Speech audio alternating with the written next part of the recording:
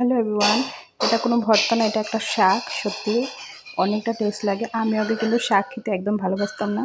এরকম করে শাক বানিয়ে খেয়ে এখন আমার এটা ফেভারিট হয়ে গেছে। তো শাকটা তোমরা চিনতেই পারছো, শাকটা বোত্তা শাক।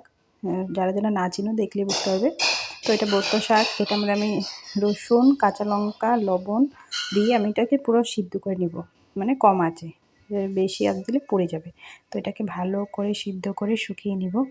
নেওয়ার পর এটাকে কি করব দেখো, পুরো ভিডিওটা দেখো। আর জাস্ট একবার তোমরা এভাবে শাকটা বানিয়ে খেও। হয়তো কেউ এভাবে বানিয়ে জানে খেতে।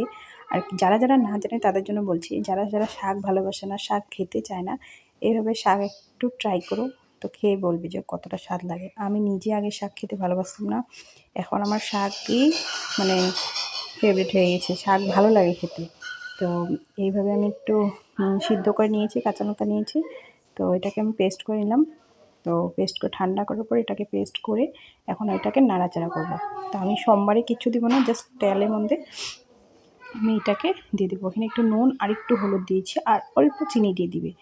শাকের একটা কষকষে ভাব থাকে না, সেই জিনিসটা চলে যাবে। তো আমি কড়াইতে তেল দিয়েছি, তেলটা কিন্তু একটু বেশি লাগে।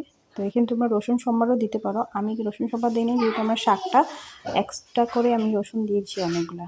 তো আমি রসুন এক্সট্রা করে দিইনি। তো এটা পেস্টটা তুমি ভালো করে দিয়ে দিবে।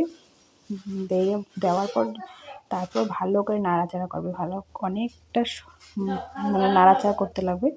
অনেক শুকিয়ে যাবে, শুকিয়ে একটা মানে দলা হয়ে যাবে। তো এটা একটু করতে বেশি টাইম লাগে, আর খেতেও দুর্দান্ত লাগে, মানে খুব স্বাদ লাগে। গরম গরম ভাতের সাথে এই শাকটা হলে আর কি বলবো। আর আমার হাজব্যান্ড তো খুব ভালোবাসে, মানে এই শাকটা হলে আর পুরো ভাত খাওয়া হয়ে যায়। তোমাদের কেমন লাগলো ভিডিওটা নিশ্চয়ই বলবে।